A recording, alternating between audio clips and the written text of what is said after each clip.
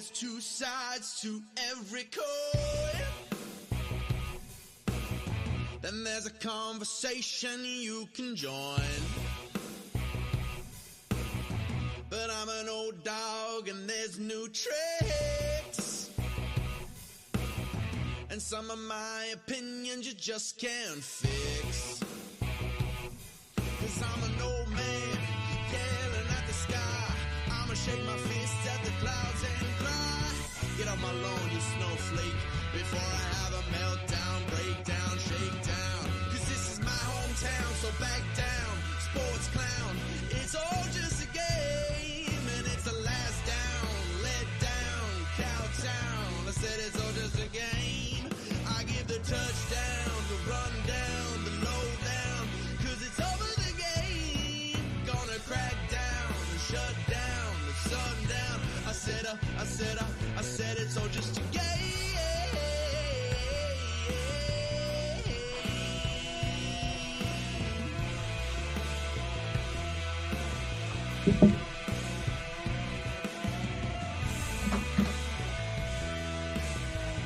Happy draft day, everybody. It is a monumentous occasion for 32 young men and their families tonight. Many will follow again tomorrow. It then leads into a frenzy of buyouts and free agency and a crazy week of wringing our hands and throwing our arms up in the air with exasperated thoughts of why the hell didn't we do that? And then we all go to sleep for 6 weeks and we start again in September. Hi, kids. Welcome to the old program. I'm me. You are you. And therefore, I'm pretty comfortable that you know who you are. We are an inclusive program. Everybody is welcome here. We are broadcasting live from Treaty 7 territory. Having said all of this, it is a hockey-heavy show, as you can expect today. With any luck, we will have two separate guests joining us from the state of Tennessee, from Nashville, the home of the Predators.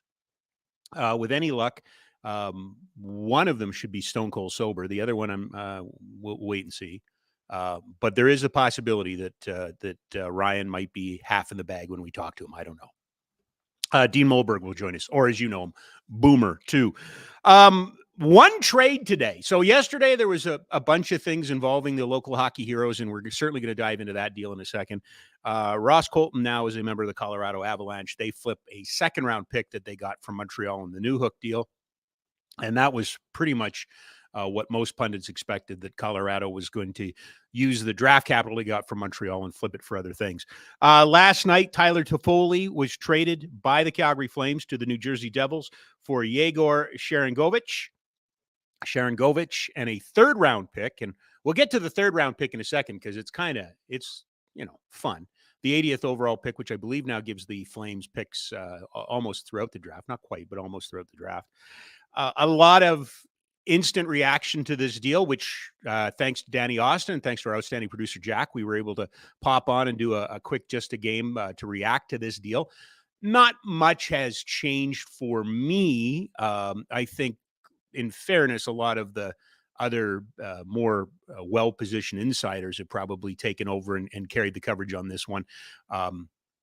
Blockbuster? Nope. Is it a sexy trade? Nope. I think any time that most of us had to Google the name, honestly, when I heard it, my first reaction was, is that one of the guys they got kicked in on the Timo Meier deal from San Jose? The name didn't mean anything to me. And then I went and did the requisite homework. And my excuse, and I can't speak for your excuses, but my excuse is quite simple. I have been away from it and disconnected from the league in a way, working on the other side. And now coming back to it, I got a lot of catch up to do. But I took a look at them. Biggest thing I noticed was 2 years ago, Tyler Toffoli and this young man, Sharangovich, both 49 and 46 points respectively. Okay. This past year, both had non-typical seasons, I think is what the data or the analytical people would say, non-typical seasons. You can see that Sharangovich fell off.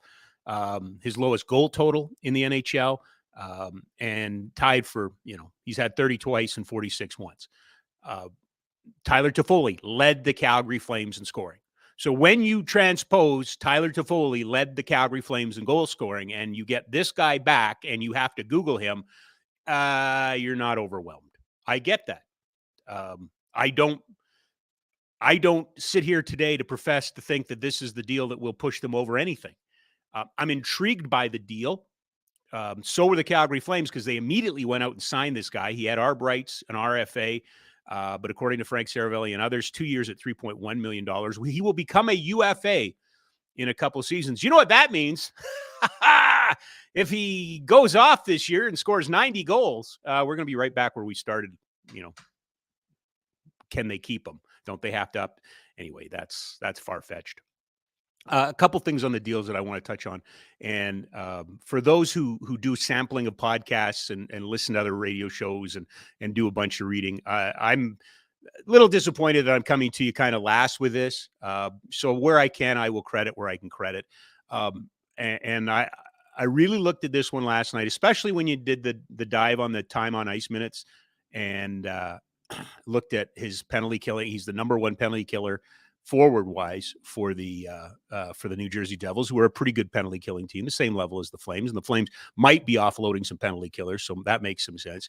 But I did feel, and Elliot Friedman has said this and others have said it, this has the hallmarks of why you have Chris Snow in his analytics department. This is why, if not him, then who? Who should we be targeting?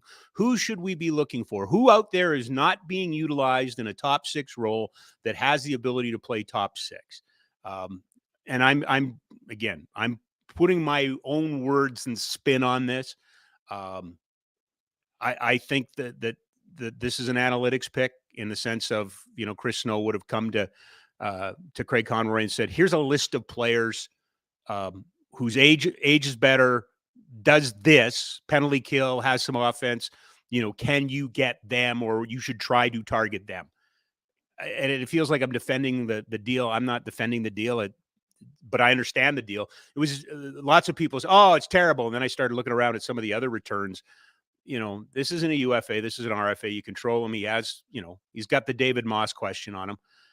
And I think Tyler Toffoli has that same question. Are you the leading scorer of the team, or did you lead the team in scoring? Did you score 20 goals, or are you a 20-goal scorer? And I love David Moss to death, but he got 20 goals once, and he answered, it's the David Moss thing. Are you a 20-goal scorer? Did you score 20 goals once? The other part of this that I am fascinated by, and it speaks to the soap opera-ish, the soap opera-like qualities that this time of year has. Tyler Toffoli got the microphone first. Tyler Toffoli said he asked for an extension, wanted to stay in Calgary. He's happy to stay in Calgary. No extension forthcoming. Asked for a trade. Then Craig Conroy said, we appreciate what Toffoli did, but we had other decisions that we were making. Leads me to believe that, yes, Tyler Toffoli, if you extended him, would have stayed. But the Calgary Flames had the 7 players that we have all talked about that needed new deals. And on their priority list, I just don't get the sense that Tyler Toffoli was at the top of it. And so you grab the high ground when you can grab the high ground. And I know a lot of people, thank you for your honesty, appreciate it. Why did the Flames made an organizational decision?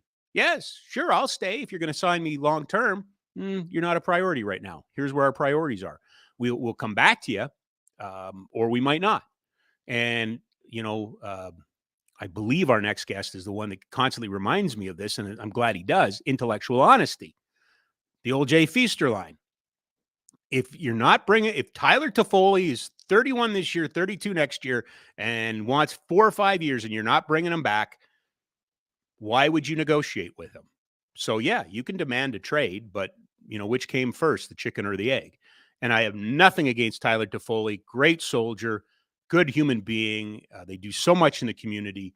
That's not this. It's the business side of hockey. And I would also put this, I don't think Tyler Toffoli is going to be a New Jersey Devil next year. I just don't see it. Could be wrong, but the Devils have a lot of work to do. We have a lot of work to do, and therefore we entrust our experts, our cadre, army, one might say, of experts. Our next guest brought to you by Ski Cellar Snowboard, skisellersnowboard.com. Burn that into your brain. SkiSellerSnowboard.com. When you're watching the draft tonight and they go to one of those extended commercials and they talk endlessly and breathlessly about the fourth defenseman taken in the draft, just go to SkiSellerSnowboard.com online. It'll make you feel a lot better.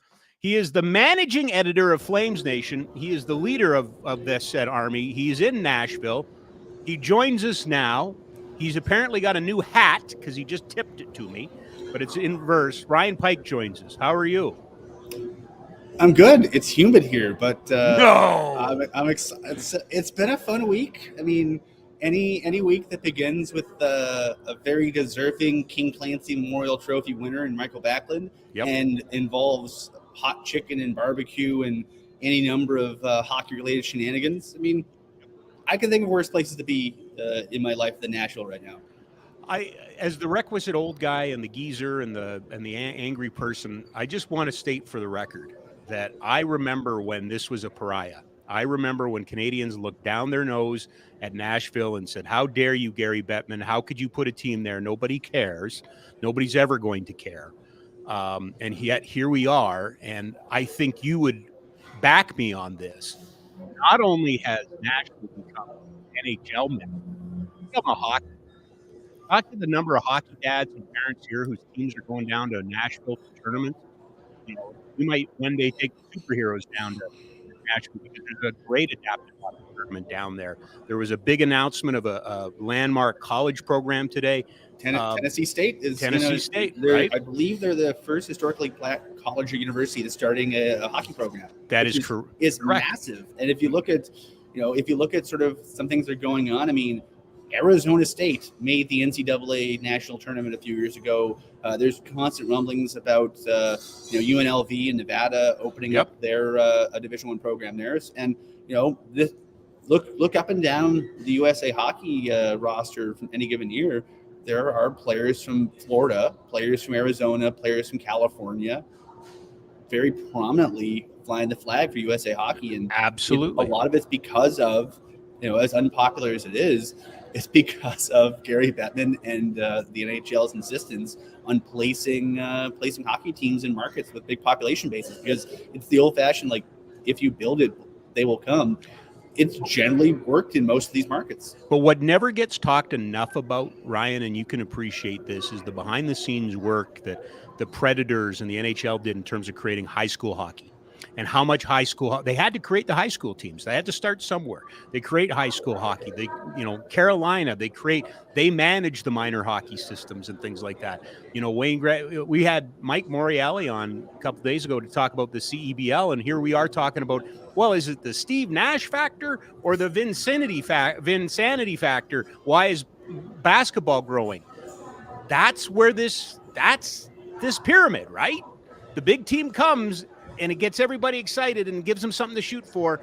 This is how you develop a hockey market, and I think Nashville's a hockey market. Yeah, based on the amount of young people we've seen running around here wearing Predators jerseys, I mean, it's hard to argue otherwise, right? Right, it's absolutely. Okay, let's get into it. Toffoli dealt yesterday. Coming back is Sharon Govich. I know you wrote about it, but give me your thoughts on the deal. I don't hate it. It's, let's be honest. The Devils could have waited a year and gotten him for free. And the Devils wanted him quicker than next year. Yep. And so they paid for him. And, the third round pick in a good draft is a nice thing to have. It's, you have 3 top 100 picks instead of having 2. It's a benefit, especially if this draft isn't anywhere near as deep as people say it will be. Mm-hmm. And, Sharon Govich is a player that, I talked to Craig Conroy this morning.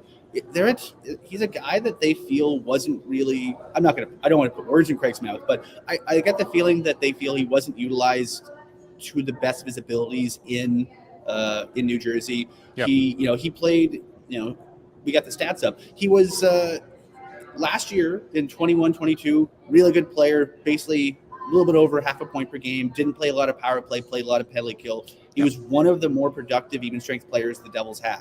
Yep. Last season, he was puttering along pretty well, basically another half a point per game season. And then they brought in Timo Meier, and there wasn't really a spot for him in the top 6 anymore.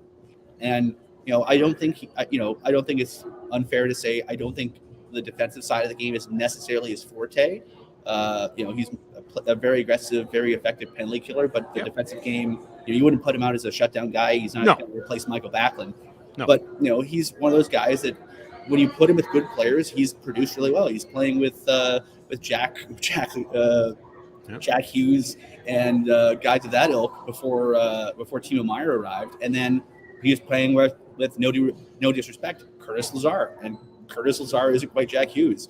And so it was a little bit tougher for him, and his shooting percentage cratered. He was shooting at 12% before Timo Meier arrived. He was shooting at 3% the rest of the season. So, he's much like there's a lot of these guys who will be wearing a Flames jersey next year that if you look at the analytics behind their performance the last few seasons, you go, that guy seems like a pretty good player. If only he had any luck at all. Mm-hmm. And so, he seems if you're banking on a guy who generates chances to the volume that Sharangovich does, he seems like a guy whose percentages are bound to bounce back at some point. It's just a question of how much they bounce back. And I know, again, I always feel bad because I'm late to this dance, but Friedman's talked about it. Others have talked about it. You probably even wrote about it. This does feel like it has Chris Snow's fingerprints on it, right? That, go out and find me some guys that aren't being utilized. Exactly what you just said, right? That's why you have an analytics department. This is sort of a Dan Vladar kind of pickup in the sense that he was in a very similar situation where the goaltending department sort of identified guys that would be, don't really have a home in their current market. Can we get him for something that we want to move?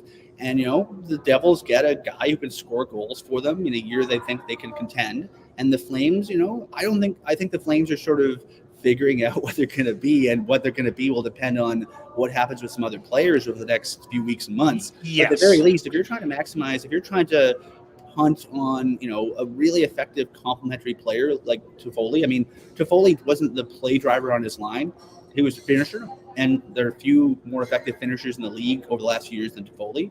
But Toffoli's not the guy who's going to be first over the boards to do a lot of things. He's a great second over the boards guy. He's a great third guy in a line. He's a great guy that can finish things for you. Yep. But, on a team whose systems historically have been center driven, he's sort of the odd man out right now. Yeah, no, I don't disagree. I think we're on the same page. Although, and I'm the first to admit it, not sexy. Like this isn't, whoa, man, I can't wait to start drawing up the lines now with Sharangovich here. It's a pickup. And, I think when we did our instant reaction last night, Danny was really trying hard to, okay, what is this signal? I don't think it signaled anything. Do you think it signaled anything? It signaled they had a guy who preferred to be traded if they weren't going to sign him. Yeah. And they managed to trade him. I mean, I would say the scuttlebutt from folks like Ellie Friedman and the like is that the Flames are prioritizing figuring out Lindholm and figuring out Nolan Hanifin. Noah Hanifin. Which is to say, they probably should. It's your top pairing defenseman and your top center. And then they might be more worried about Michael Backlund than they are about Tyler Toffoli, which, that makes sense. But the guys they're probably willing to go long on term for are probably only Hanifin and Lindholm. And with Hanifin seemingly on his way out, it might just be Lindholm. And, the thing that if you look at the contract that Flames have on their books now, which ones keep you up at night? The back half of guys, Kadri might not age well. He plays a very physical style. Huberdeau, after the year he had, I can understand anyone being nervous about the final 8 years of a deal that hasn't started yet. Mackenzie Weegar, yet to be seen. He was pretty good last year, but still, he signed till he's 36. So if you're in the Flames front office, if you're that analytics group, I would be saying don't give these super long deals to guys on the wrong side of 32. I'd be telling them the same thing, maybe, in less polite terms than they probably have to, but right.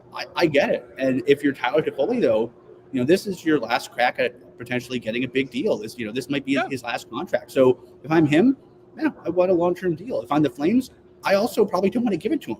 And so this seems like, a parting of ways that makes sense for everybody based on where everyone's at in their life cycles, right? I thought the comments from both sides, I mean, there's drama to be had if you want drama, and I'm not stirring anything up, but I thought Toffoli took advantage of having the microphone first and took the high ground. I thought what I heard from Conroy, and maybe it's just because I've known Craig as long as I have, Toffoli wasn't in the plan. They weren't giving Toffoli a long-term contract. Toffoli wanted a long-term contract. I don't blame him. I want a long-term contract. I'm not getting one. And then, okay, well, then if you're not going to sign me, trade me. Okay. But I thought it was interesting because I think a lot of people came out and said, wow, how honest from Toffoli.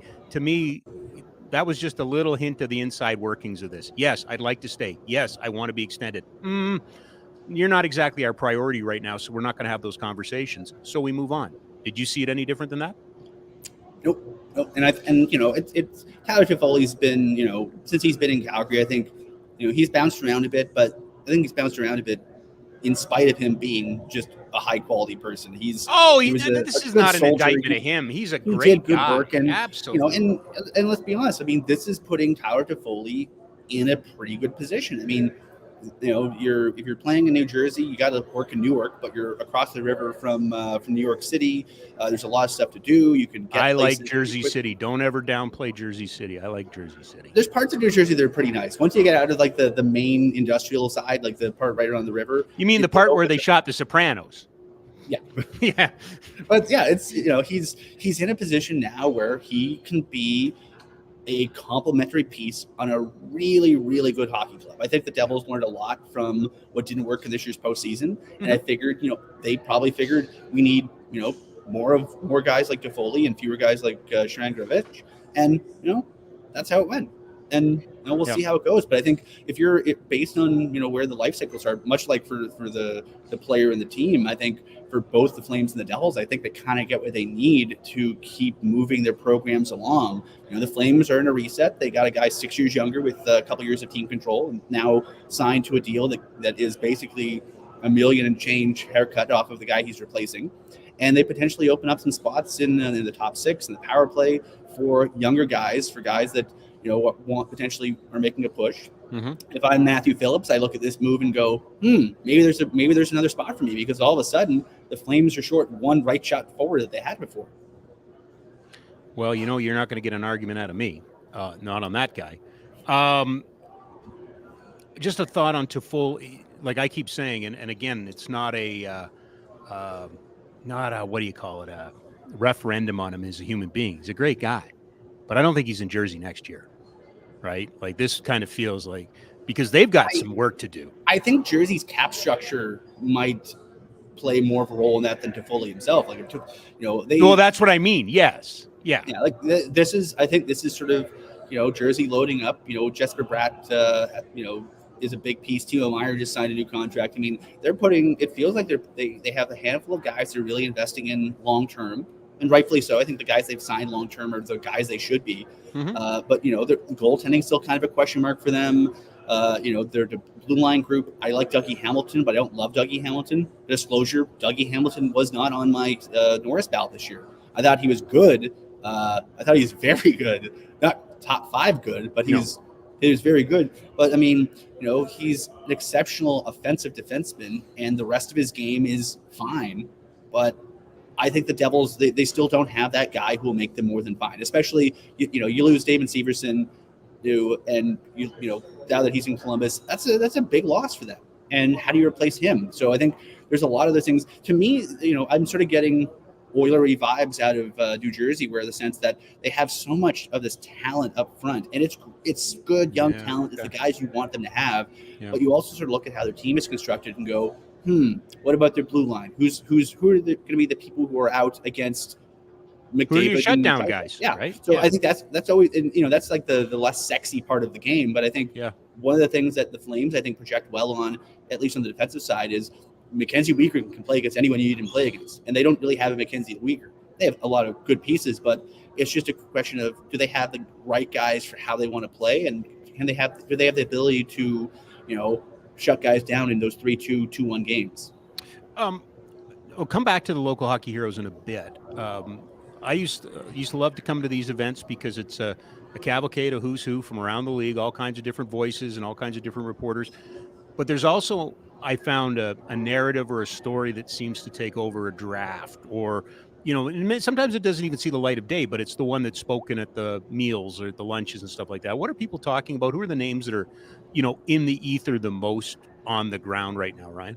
there's a lot of Leafs talk, just in the sense of, we just saw, I believe, Alex, who the hell just got signed? Kerfoot? Not Kerfoot. Kerfoot? Some Leafs player got signed today to a 4-year deal. Oh, okay. That's one of, if only I had a computer, which was to look. No. I can do that for you. And Jack and I are racing to do it first. Okay, good. But I think David Kampf. David Kampf, do a 4-year deal. 4-year deal. Sorry, Alex Kerfoot fans. But yeah, it's the big question is, okay, it sounds like the Leafs are going to get something done at some point with Austin Matthews. Yep. What does that number look like? What does that mean for Alex Nylander? What does that mean for the rest of the team? Because, the Leafs are a very important franchise in the league. And now they have Brad Treliving at the helm. Now that they have sort of some stability, it looks like in their coaching, looks like Sheldon Keefe's coming back. So now they've got that's to figure out behind the scenes, what's the team going to look like and what changes they feel like they need to make in order to really come out and succeed where they weren't able to succeed this season. But we should point out, because we were talking about the Devils and I overlooked this, also signed today was Timo Meier to an 8-year deal by New Jersey. His cap hit is $8.8 million. We were just talking about, the cap work that they have to do. And the belief, I guess the belief also, maybe that's something else out there, is the goaltending, right? They moved Mackenzie Blackwood. They weren't going to qualify, but they got something for him. They have been whispered as a possible destination for someone like a Connor Hellebuck, have they not? Yeah, and the Jets are the other team that people are talking a lot about. It's Canadian dominated, it seems, because all the conversations are, what are the Flames doing? What are the Leafs doing? What are the Jets doing? We just saw the Jets make that Pierre-Luc Dubois trade with the Kings yesterday.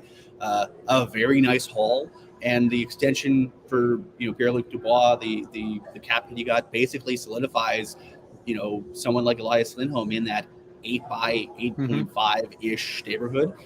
Regardless of where he goes, it's probably where the market is for him. And reportedly, the Flames are willing to give him that, if not slightly more, in order to pay a premium to keep him. So, I think there's a lot of things like that going on where people are going, there's a lot of teams that are in tough spots because of the cap. It only, it became official this morning. The cap's only going up $1 million. It's $83.5 million officially for this coming season with a floor of 61.7.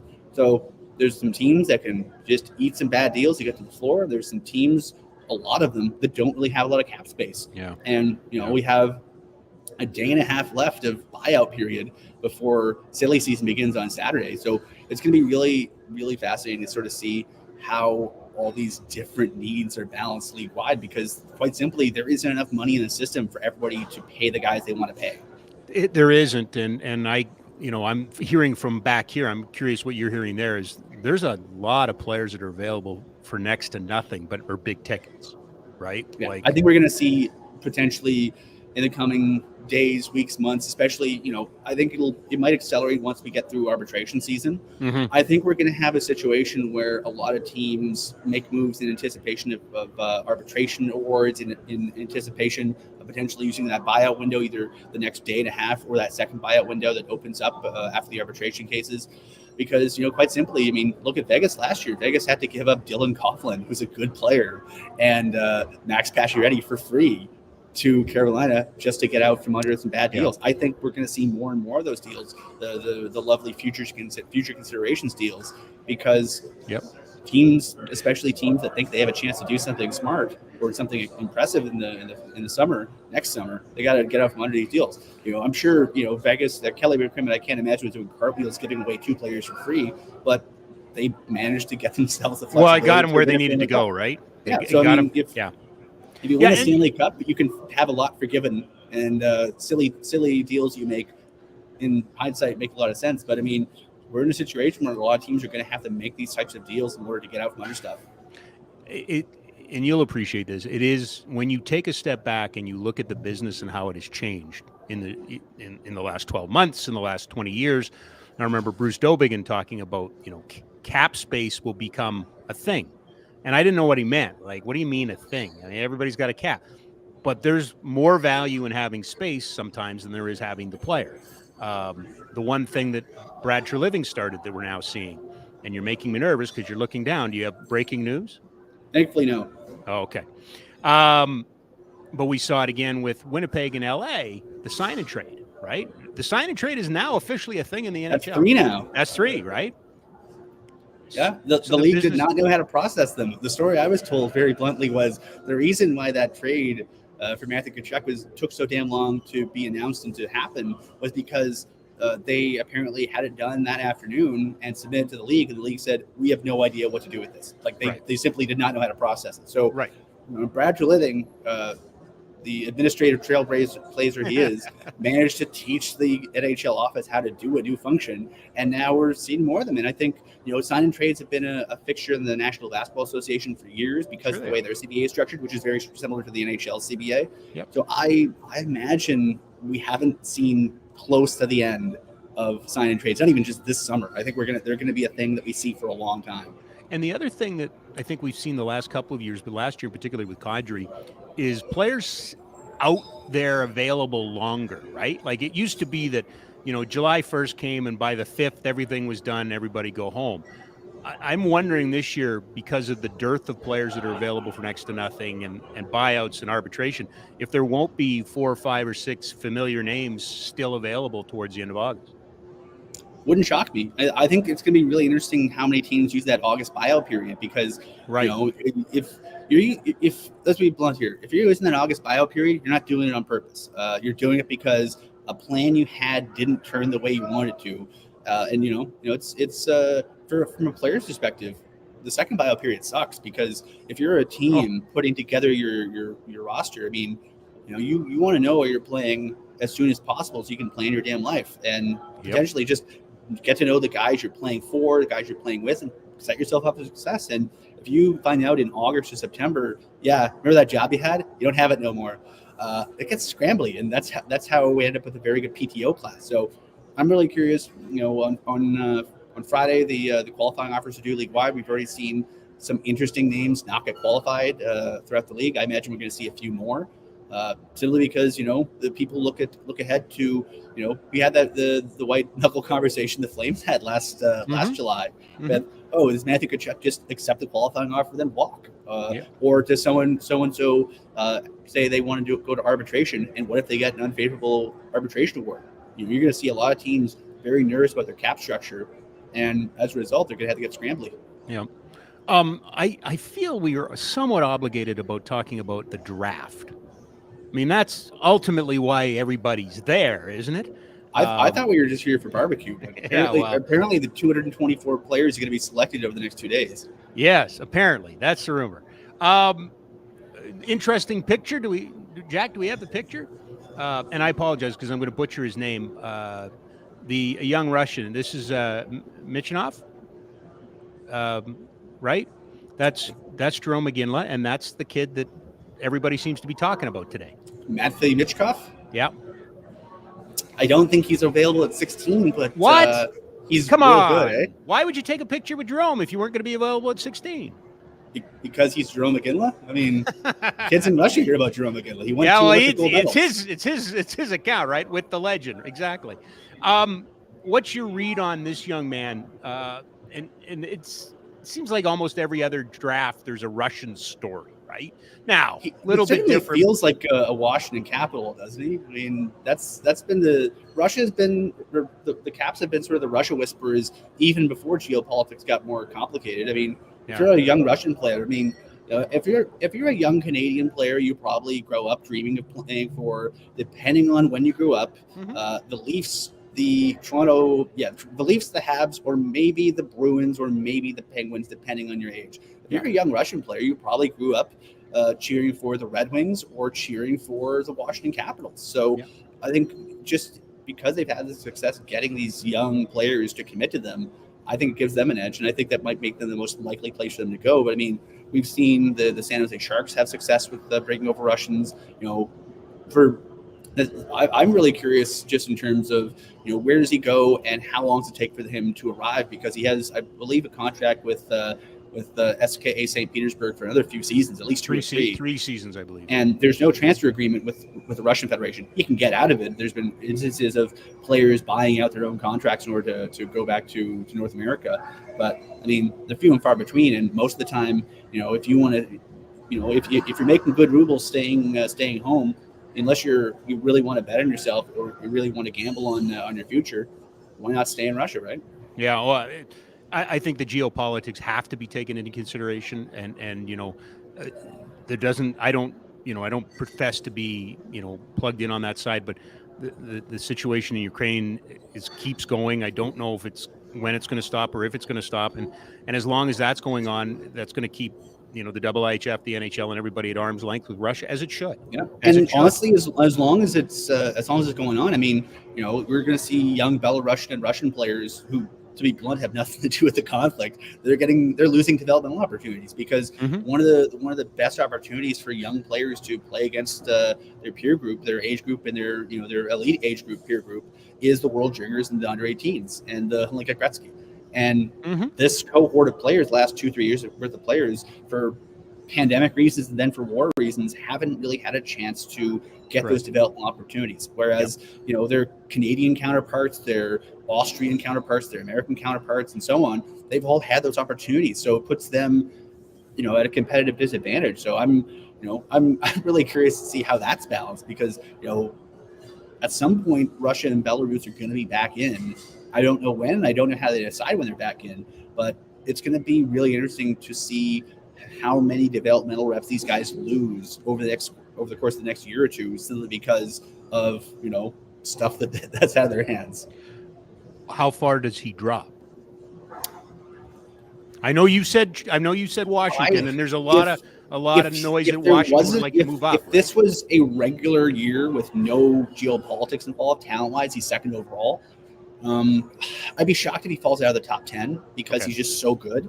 Yeah. But, I think I haven't seen I don't have the draft list in front of me, but I would imagine, Montreal might take a flyer on him, San Jose, Washington, if he's still there when Washington picks. I don't think he gets anywhere close to Calgary, but, he's. No, I wasn't thinking of that. I thought the picture was cute. You know what I mean? It means the Flames are doing their work, right? And I'll say this. I mean, there's a lot of good Russian-based players that potentially could come up when the Flames go.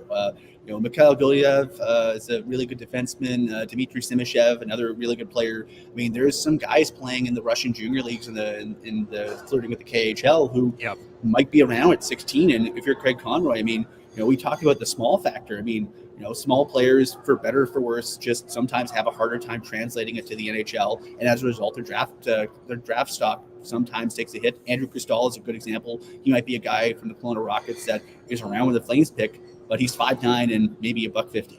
And will the Flames get scared off by that? Similar with the Russian factor. With if Simishev or Gulyev are around at 16, do they go for it, or do they go for a safer domestic pick?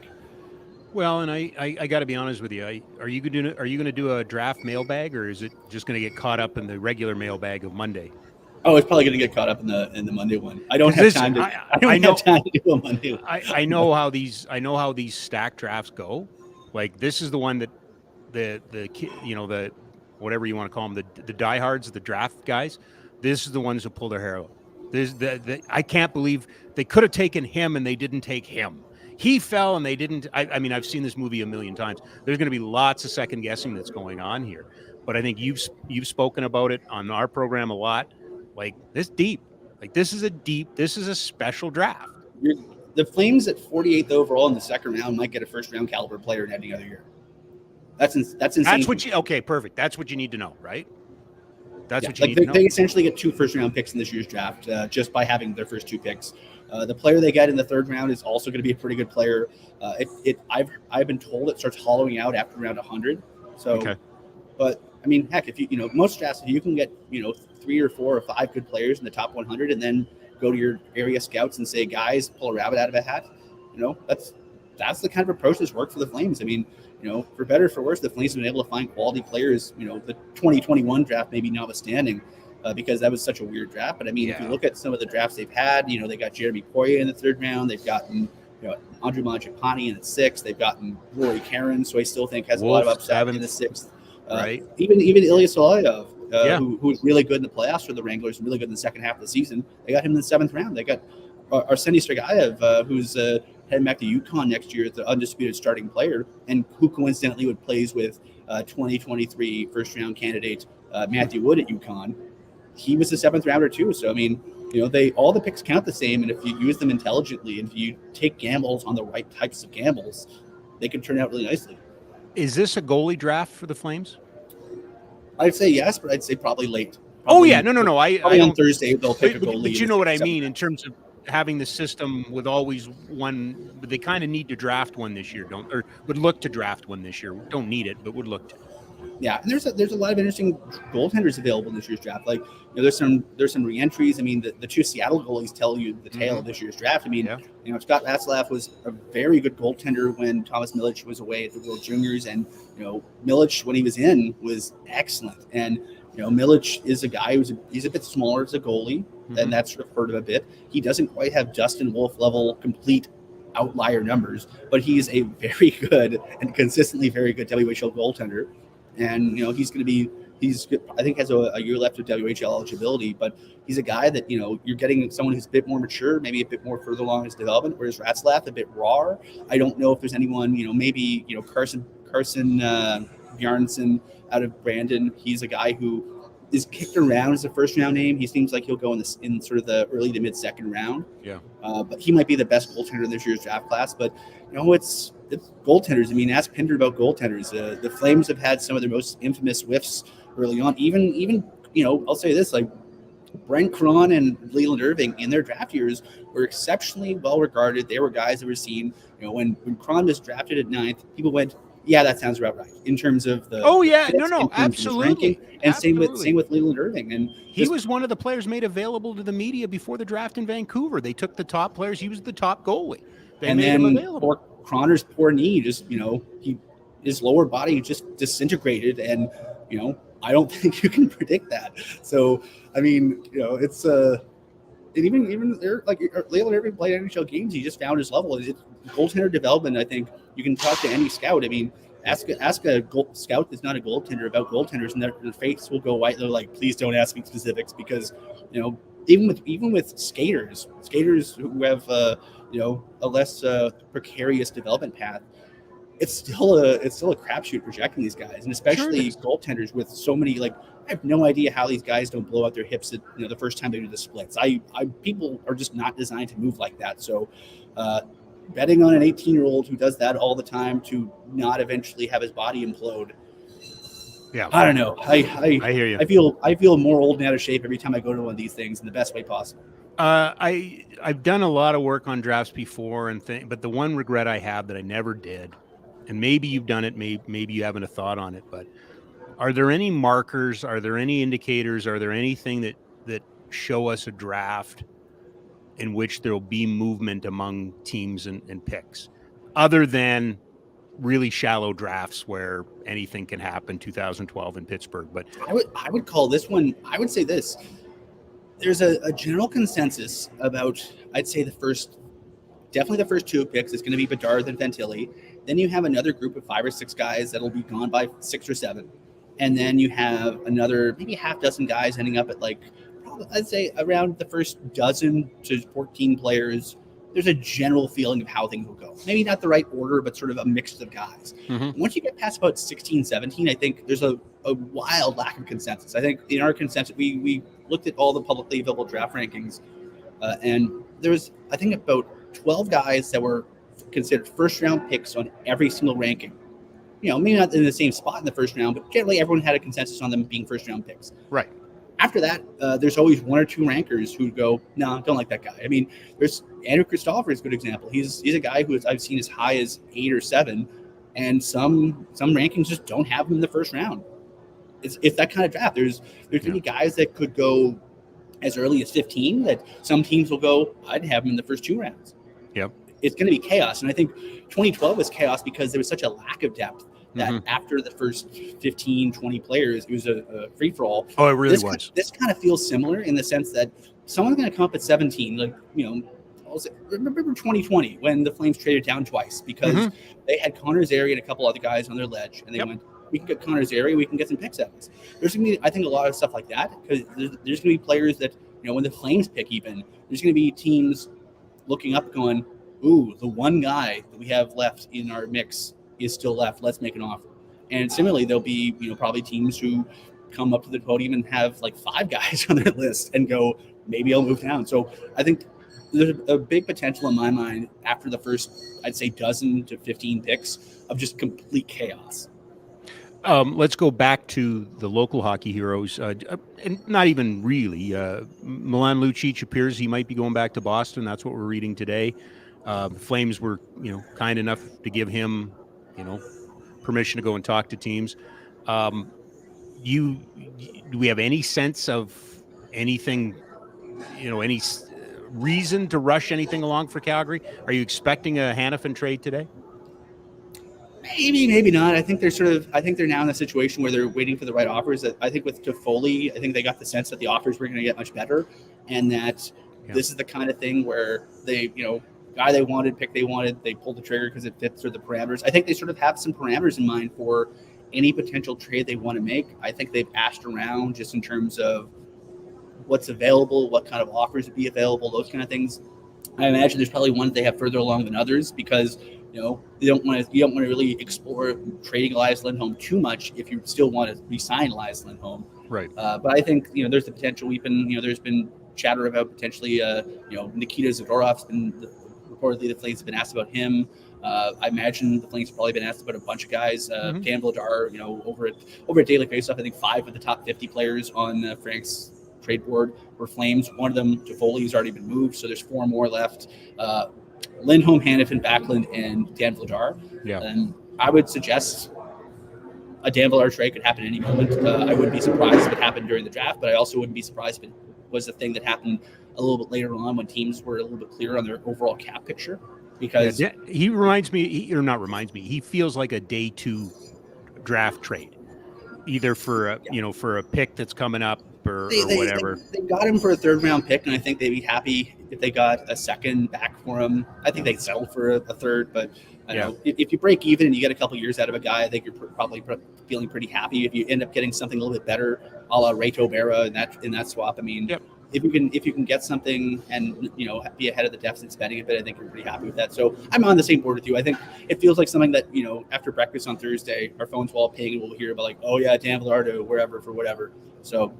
But it feels like that. I don't know if there's anything necessarily imminent, but when I talked to Craig this morning, he gave me the wonderful line of you show up and you don't know how the chatter is going to be, so you keep your ears open and you keep your mind open to things that might help the team. And I honestly think that's probably how they're approaching things right now because they know they have a lot of work to do, and I think they've got to especially after the last couple months of off-season hand-wringing, I think they have a much better sense of what they want to do than they did 2 months ago. I'm curious to see what time he shows up, Craig, because my thinking is, this is one of those events that now the staffs are all showing up, and you've been there before. You know what happens. There's handshakes and there's hugs, and then there's get down to business, right? And there are GMs that show up real early, and then there's other teams that aren't going to do it. Like I would doubt, maybe I'm wrong about this, but Kenny Holland and the Oilers probably don't show up until about a half hour before, right? Because they're there to draft. And if you're Conroy, I mean, it's your first kick of the can, and first day of school really, so it's a chance for you to sort of go and turn a lot of conversations from text chains into something real. So I mean, I'll say a lot of stuff that happens down the line. I talked to a lot of former Flames GMs about this. A lot of things that happen at the draft start off as conversations at the trade deadline and vice versa. So, I mean, at the very least, a chatty guy like Craig can plant a lot of seeds for things that can improve the hockey club. Yep. No, Brad Treliving used to tell me that all the time, that, this really started at the trade deadline and, we kept picking it up and then it really heated up today, that sort of thing. Before I let you go, just a couple of random ones. Erik Karlsson. I know that Mike Greer has come out and kind of poo-pooed the idea of them picking up much of that contract. The player wants out clearly. What are we missing about this? Where's the logical landing spot in all of this? Is there a logical landing spot in all of this? Who has the cap space for him? That's the thing that frustrates me. I mean, he's such a good player and he's still got a lot left in the tank. I think even at his age, he's admittedly a fairly one-dimensional player, but he's probably amongst the best in the world at that that dimension. And there's plenty of teams that could use him, but at the cap that he's at, I don't think there's a lot of demand for paying full freight for him. And then Winnipeg, and you talked that Winnipeg was also a story there. We saw the deal yesterday. Pierre-Luc Dubois goes to Los Angeles. You liked the Hall coming back? You had no problem with Velarde and Kapari and they got to pick in 3 good players out of it. So I mean, it gives them some depth. It gives Kevin Sherrill some options, and gives them the ability to sort of shroud out a roster. But there's still dominoes left to topple in Winnipeg. I mean, there's Blake Wheeler's situation, there's Connor Hellebuyck's situation, there's Mark Scheifele potentially. So, I don't envy Jets fans, because a lot of the guys they've become to know and love over the last few years are potentially going to be playing elsewhere come September.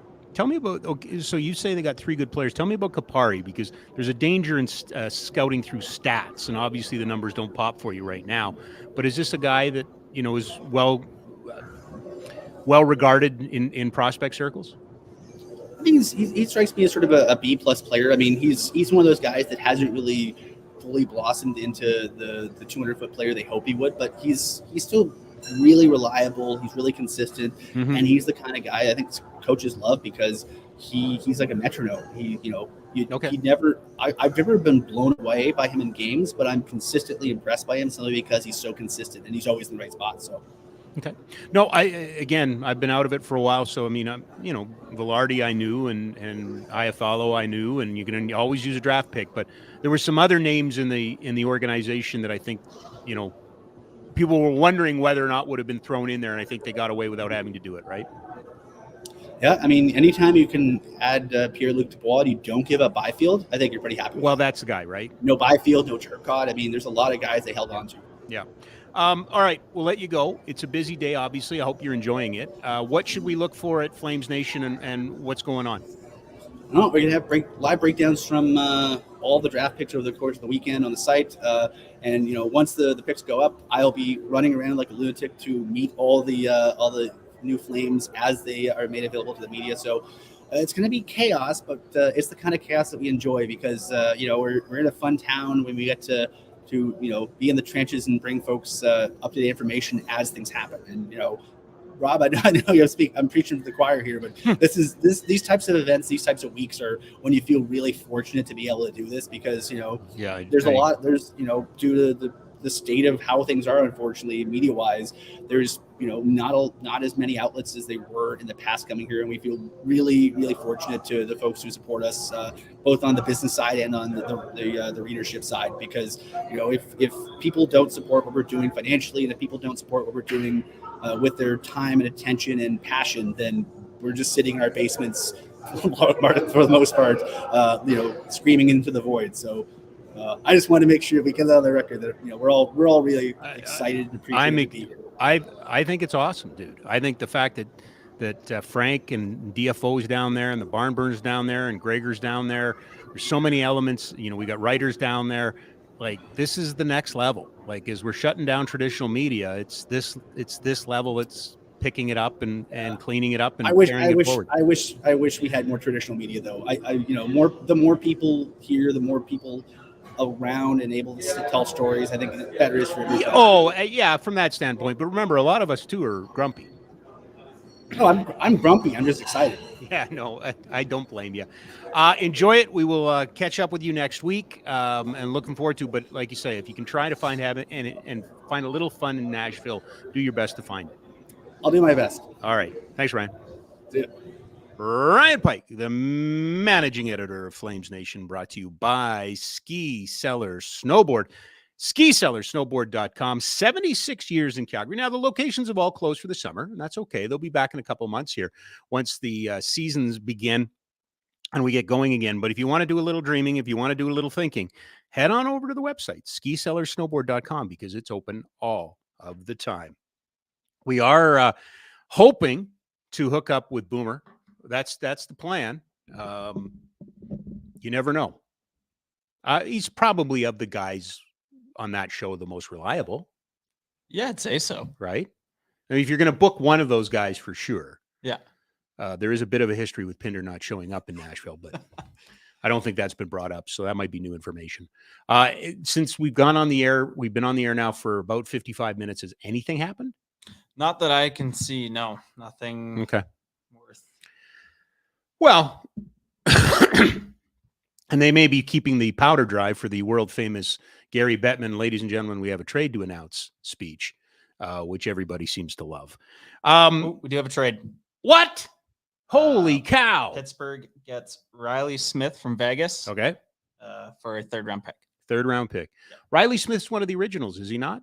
Yes, he is. He's one of the guys that came over from Florida. He was a storyline along with your Conn Smythe Award winner, Marchessault, right? So Riley Smith goes to Pittsburgh. So Kyle Dubas begins the rebuild or retool. It's a retool because you got the big 3 there. So okay, so you said what was it, a 3rd-round pick? 3rd-round pick. So just a salary dump Vegas, I would say. I would say so. Yeah. What's his contract? Well, I don't know. Why don't you look it up and inform us, Jack? That would be a good job for you. We are sitting here a day after the Calgary Flames, made a trade and then signed the young man. As you joined us off the top, Sharon Govich got a 2-year deal, $3.1 million per. That will see him through his restricted free agency. He'll be a UFA at the other side of that. And the other news today was from New Jersey was Timo Meier, an 8-year deal. So he gets a deal done. What's the cap hit there? 2 years, $5 million. They move for a 3rd-round pick. Yeah. That's not bad. That's not bad. Stanley Cup pedigree. The guy can play in big games. Yeah. And I think is what I was expecting more of, to be perfectly honest. Mm-hmm. But so much for Gary Bettman wanting to hold the powder dry on some of these big trades, right? They're still leaking through. The Flames now with this is fun. Do you have a graphic? So they're now picking in the 3rd round again. It's their pick. This is I love stuff like this. It is such the pick they got back from New Jersey. Originally traded to the Seattle Kraken for great Flame, Calle Yarncroke, and then went to Columbus for Bjork Strand, and then to the Devils for Damon Severson, and then back for Toffoli. And so the Flames are picking at number 80. So that gives them some good capital in the first 3 rounds of this draft, in which you just heard Ryan Pike talk about is a deep draft. So for the Flames and their scouting staff, which has not been affected. Yes, Brad Treliving's not there, but Craig Conroy was. It's not like Conroy came from outside the organization. He was the guy that, and you probably have read Ryan Pike and some others, talking about the role that Craig Conroy had. This is a good draft for him. And on the other side, I believe that the Maple Leafs can't have Treliving at the table for the first pick, that the Flames made that a condition of employment, that because he was leading the Flames draft process, they didn't want him leading the Maple Leafs draft process. So anyway, that we've seen little things like that before. Are we stopping? We're not stopping. Click the wrong button. Show's over. Wait, we haven't had Boomer on yet. We did not get to Michael Backlund. Congratulations to Backlund, who won the King Clancy Trophy Award for his leadership on and off the ice. Anders Lee and Darnell Nurse were the other finalists for this award. Michael Backlund receiving it on Monday at the NHL award ceremony in Nashville. I'm full disclosure, happily work for one of the partners that he mentioned, Parachutes for Pets, but also works with Special Olympics and ALS and the Kids Cancer Treatment Center. Just a deserving pick. So happy for him. He has.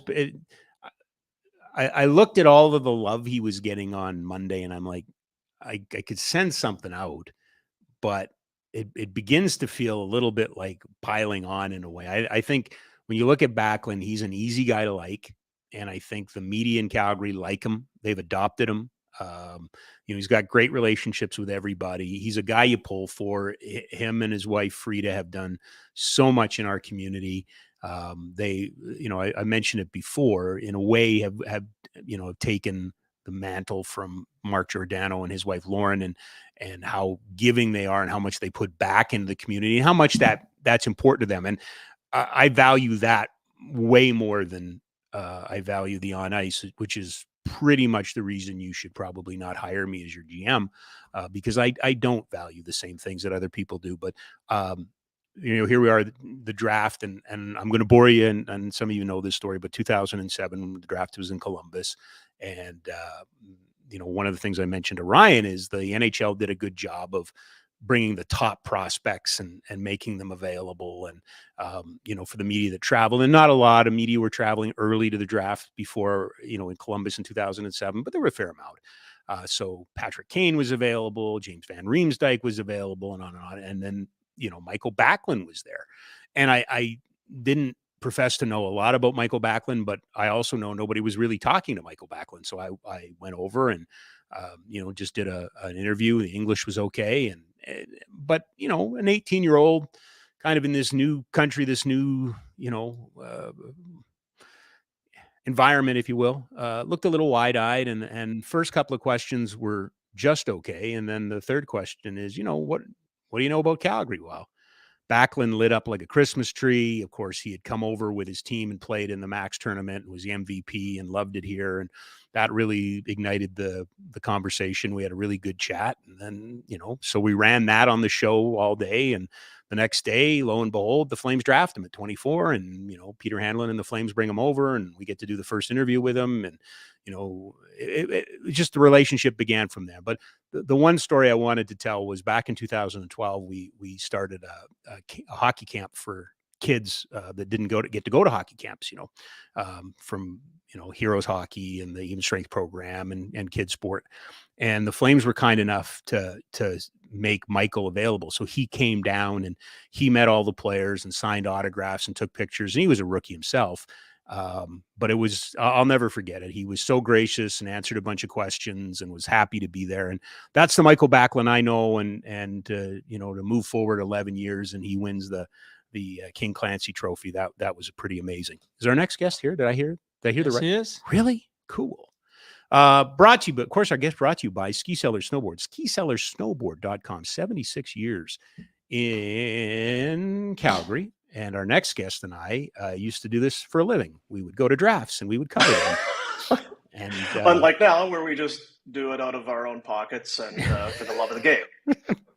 Really, ultimately, it was always about, you could get into out-of-pocket expenses if you want, if you remember the draft in Montreal.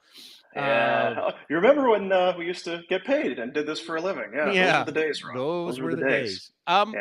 Tell me about Nashville. Tell me about the draft. Tell me about the last couple of 24 hours. What's it been like?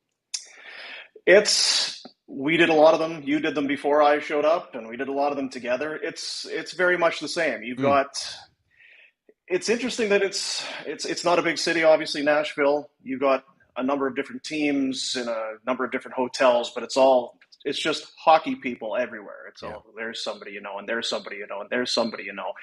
Hard to get a real, because there's two things going on for us, right? We've been talking Flames, so it's almost more been about who's getting traded and what are you getting back than who are you picking in round number one. We've spent very little time, at least we have, talking about who's available. But there's that energy, there's that buzz. It's hot here. It's really warm today. It's probably not a shocker, but yeah, it's going to be. I know we talked about it on the show earlier. If all of a sudden something happens with that number 2 pick, and all of a sudden if Fantilli isn't the guy, and maybe there's a Russian name called at number 2, the buzz that could be in the building. So we'll be excited for that. But no, it's just that kind of, a lot of parents, kids looking awkward in suits, and moms helping straighten their ties and that sort of thing. So it's hours away from the draft. We were in Ottawa in 2008, and we were downtown, way out of Canada, way away from Canada. And remember, we got back to the hotel. There was only one place open, and that was Tim Hortons. And we were across the street in Tim Hortons, and Tikhonov, right? He got drafted. Right. He had the hat on, he had the jersey on, he was lining up. Like he was pumped. I mean, he probably didn't care that it was Tim Hortons. But you probably had different ideas for your draft night celebration, post draft night party, and maybe go for a nice steak, maybe have a bottle of wine, or a double and a Boston cream. Is it surreal at all for you? It kind of went over the head of Ryan, and I don't blame him. It's not his era, but it's our era.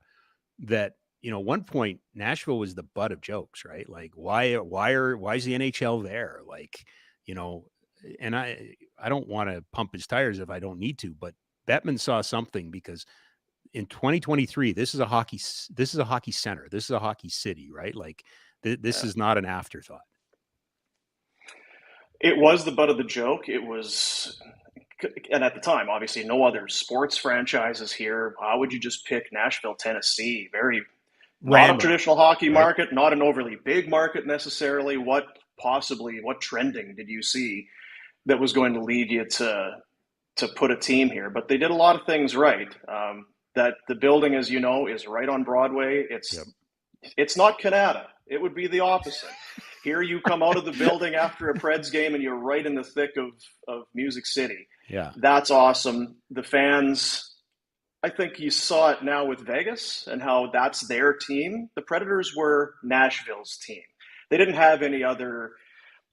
I think it's different because I've talked to some people about it. You had the Titans when the NFL comes here, but you already had fans that, well, I'm a Packers fan or I'm a Cowboys fan. There were really no hockey fans, so they had no real obligation other than to be Predators fans. The rink's great. Ownership hung in there. And you talk about loyalty for David Poile and Barry Trotz to last as long as they did here. Probably a testament in the end. You look at where they are now. They get to that Cup final a few years ago, and it shows no signs of slowing down here. It's a cool spot. People love this hockey team here. That's for sure. Oh, so with Trotz, was there a meeting of the Royal Manitoba Water Buffaloes? Did you guys all get together? I wish. All the Manitoba guys get together and swap stories? He's one of those guys. If you see somebody in public, you don't bother them, leave them alone. But man, if you could ever get a few minutes with Barry Trotz, he's got stories for days. He's happy to share it with you. It kind of feels right that he's back here. You know, he was in Washington and the island and did some winning, obviously. It was kind of neat for him, I guess, in a way, to get away from Nashville. It felt like it was going to be hard to win here, potentially. I don't know if it's a huge free agent destination.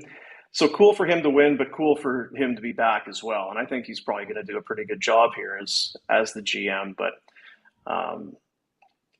I don't know when you think of the Predators, what are they? Forever they drafted D. They were D first. Yep. And the odd forward mixed in here and there.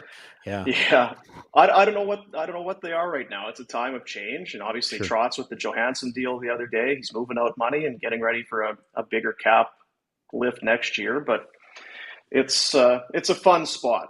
It would be neat, I would think, to be a Nashville Predator here, because you'd be a big deal, but I think people would be respectful of your space. They're used to seeing music celebrities and music stars everywhere. Like, seeing Carrie Underwood is not a huge deal for people here. They're used to that sort of thing. But it would be pretty special, I would think, to be a Predator here. You'd be a big fish, I think, if you were here. Have you crossed paths with any of the local hockey heroes? Have you seen the whites of their eyes? Or can you, in fact, confirm that the Flames are in Nashville? I can confirm they are in Nashville. We left for Nashville yesterday morning from Calgary. Got to Chicago, tight turn, getting on the plane, and Ryan Huska and Jason LaBarbera and Cale McLean and some of the other guys, they had been in Chicago well before that. They had a flight and it got canceled. They put on another one. That one didn't work out. So finally, by about 6 or 7, whatever time it was last night, they got on the plane. And I sat next to the head coach on the way to the so I've got all the trade secrets. Oh, you do? Oh. Yeah, no, and you didn't use them on your show. That's surprising. That's right. Yeah. Save it just the game, Robbie. Just the game. I understand. No, I mean, you don't want to be that guy and badger the guy's ear off. And I don't know what his role is, right? You come in and, hey guys, oh, that's a good player, is it? Okay, yeah, we could use good players. That sounds good. That sort of thing. So it's a quick in and out for those guys. But I know that Conroy and the likes of management types have been here since Sunday. Yeah. And got some business done yesterday, and I checked in with Conroy earlier today just to kind of get an idea of what's going on, and he just basically said not much, but he's excited to use the draft picks. He's like, we're going to make some picks today. So I wonder if we don't leave here, Rob, and it's Toffoli out, Sharangovich in, and then some young draft picks, and that might be it. Well, yeah, that seems to be the direction it's headed. Do you have a thought? I'm sure you do. Sharangovich, the 24-hour rule. It's not a sexy pick. It's not a wow pick. Anytime you have to Google the guy to find out who he is, that's one indication of this. But I think I see Chris Snow's fingerprints on this a bit. I think the one thing for sure is they wanted this player. They had their eyes on him, or at least to a certain degree. That if this guy was available, they were interested. To what extent was going to be determined, I guess. But yeah, if you didn't have to go and Google Sharangovich and look at his numbers and find out more info, then you're better than a lot of us, because I sure did. Knew the name, knew he was a Devil, remembered seeing him on the ice, but beyond that, couldn't tell you a whole lot about it. We were talking about it this morning on the other show. If you took away his production from last year, where the goals go from 24 to 13, if you just had 16 goals to 24 goals, hey, this guy's a player. So then you look at it there. It's like, well, now 24 to 13 and from 46 points to 30. I think if you just wiped out last year, you might feel a little bit differently about it, wouldn't you? I absolutely would. You got a kid on the rise. But these both players involved in this trade have the unique thing of having those one-off years. Because if you're looking at Toffoli, is Toffoli always going to lead your team in scoring? No. And that was a career best for him. This guy, he dropped, like you say, but was that because of usage? Sounds like it. It sure does, yeah. Right? And for the Devils, right? You miss the playoffs, you pick high, you have a lot of young forwards, and you can go through and look at them. It's Dawson Mercer and Michael McLeod and Miles Wood, and it just they had Zetterlund there for a while.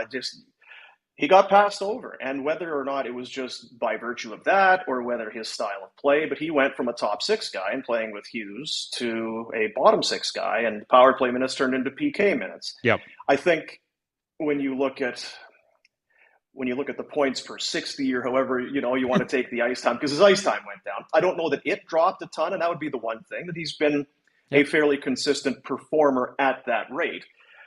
I think he's going to be given an opportunity to be an offense-first guy in Calgary. I don't think they're bringing him in to be a penalty kill specialist, at least not at first, right? If it happens to be that's where he ends up, then that's where he ends up. But he's going to get a chance to score and play some big minutes. Will he play on that top line? I don't know. They talked about being able to maybe use him at center, potentially try that for a little bit. But I'm with you. When you first heard it, maybe we were out to lunch, because it just felt like, what are they going to get for Toffoli and a first? And what else? What's the haul going to be for this guy? And then the player felt a little underwhelming, and so too did the pick. Yep. So we may have been way off. You look at some of the older players that got moved, Kevin Hayes for six, pick, Taylor Hall for kind of nothing. So maybe the Flames did well in getting a pick and a younger player for Toffoli at this point. I was fascinated by the conversations that were had last night. First by Toffoli, and then actually almost, and I don't think it was a response, but it was the answer by Conroy. Quite clearly that, of the 7 players, this was not somebody at the top of Conroy's priority list to lock up long term. Yeah. Right. And I think Toffoli kind of set that table. And maybe what was first? Which was the chicken? Which was the egg? No, exactly. That was my point. Toffoli finding out that he's not in the plan, so then he wants to be traded, or did he say, "I want to be traded"? And well, okay, then we'll move you. It just makes sense, right? Sure and does. Yeah. I think he was the one guy, Rob. I thought maybe you hang on to him and get him to the deadline, and you get fewer teams maybe in the mix, but maybe the price goes up. Yeah. But it's not a guy who's his value's not going to be higher, I don't think, than it is right now. Teams might be more desperate, but I don't think you'd be able to offer him more than what he is right now, coming off that career year. And then you risk injury, and you risk playing time and production falling and all of that. So, yeah, really, really thought it was going to be something more than it was. And Sharangovich, prove us all wrong. Come in and score 20 goals. That'd be awesome. And I'm sure they think that he can. The one thing that it does, I don't think the production equals, but I think that the speed goes up significantly from Toffoli to Sharangovich. It's not to compare the two, but they haven't been a quick team for a long time, and Daryl Sutter talked about that. You can play fast even if you aren't fast, but this he's got some wheels. That won't hurt. Now it's just a matter of finding a spot and seeing if he can put the puck in that. Well, I would think this is the most we're going to mention his name until he comes into camp and does something. Right. I'm more fascinated about, Coronado, and I'm for and Pelche, and, maybe even to a lesser extent Poirier. because they're going to need blue liners at some point, and he seems to be the top of the young guys list. So would you like to know where he is? It's funny. We went at this, 2 months ago. Lindholm, you keep him, you get rid of him. You were in the camp, if I remember, was moving on. Have you changed your mind at all about the player, about the situation, or would your preference be that the club move forward without him? It's so hard. It depends what your focus is. If you want to win this year and next year, and you want to look at last year as being an anomaly, and it was, we're a better team than what we were, we can get into the playoffs, and once you get in, anything can happen. Then he's going to be a big part of that. You forget how long these deals are when you sign them. Oh, it's a 4-year deal. It's a 5-year deal. Yeah. That's a long time. Yeah. And he's a fine player, and he makes guys around him better. And we kind of like Bergeron light. I think he could. Yeah, I think that. Right. But he's a light version of that. Yeah. But he's not going to hurt you. He'll win draws. He'll be respectable defensively and all of that. Yeah. But how long and to what end? I just think you never hear a team say, man, we're in a real spot. We have too much cap space. We just have too little tied up in dollars for a cap right now. It's always the other way around. And you see some of these deals that happen where you can be a landing spot. You might get a Ryan Johansson for nothing if you can. Or maybe you get a player and a draft pick. It's macro or micro. What do you want to do? Do you want to try and get back in and win right away? Or are you looking down the road? And I know you guys beat this up every day, but it's kind of my little crack at it. Can you truly go through the rebuild process with Huberdeau and Kadri and Markstrom? Are you half pregnant or are you pregnant? Right? Well, I think you can. I think sometimes you just have to be half pregnant. There's been because you can't move. Sure, you couldn't move at this point in time. I don't think you could move any one of them, and maybe you could move Kadri and Markstrom by retaining and stuff like that. But you can't. Yeah. I can't see a scenario in which you can move on from Huberdeau. Yeah, I'm just trying to think off the top of my head. You think of a team like Buffalo that tried to get young. Well, you still had Kyle Okposo, and there's still going to be some players that don't fit into that. But be a good pro, be a leader, and do your best to kind of earn that money, I suppose. But you're talking. To me, it's less about Markstrom as it is the other two guys. There's so much time left on those contracts, and I mean, Huberdeau's had the points, so is he a greater candidate to get back to that production? I don't know. And it comes back to the Lindholm thing, is just how quickly things change. Where a year ago, right? What were we talking about a year ago? Huberdeau, we didn't even talk about him, let alone he'd be here and sign a huge extension. And now, should he have signed the extension? I just feel like with Lindholm, you might be doing the same thing in 18 months down the road, thinking, I would love to have those $8.5 million a year back, in addition to the Kadri and on all of that. Can you be half pregnant? I think that if they're going to get pregnant, they may have to be half pregnant, just with how much dough is still on those books. And then when you buy somebody out, at what point where's the tipping point in that where it makes sense? Or do you just let the guy play and pay him? The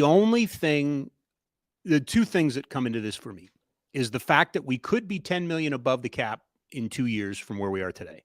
Yeah. Right. But you can't go out and spend that. Right. Like that might just make it a little more palatable. An $8.5 million contract at the end of that contract may look and feel more like a $4.5 million contract does now.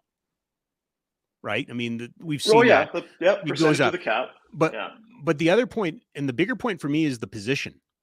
If you take him out, who's your number one center? Kadri, right? If you take him out, you're probably not bringing Backlund back. So now you really have eroded that middle position. And everybody's applauding the Los Angeles Kings now because they have Kopitar and Deneau and Dubois up the middle. Edmonton up the middle, right? Vegas up the middle.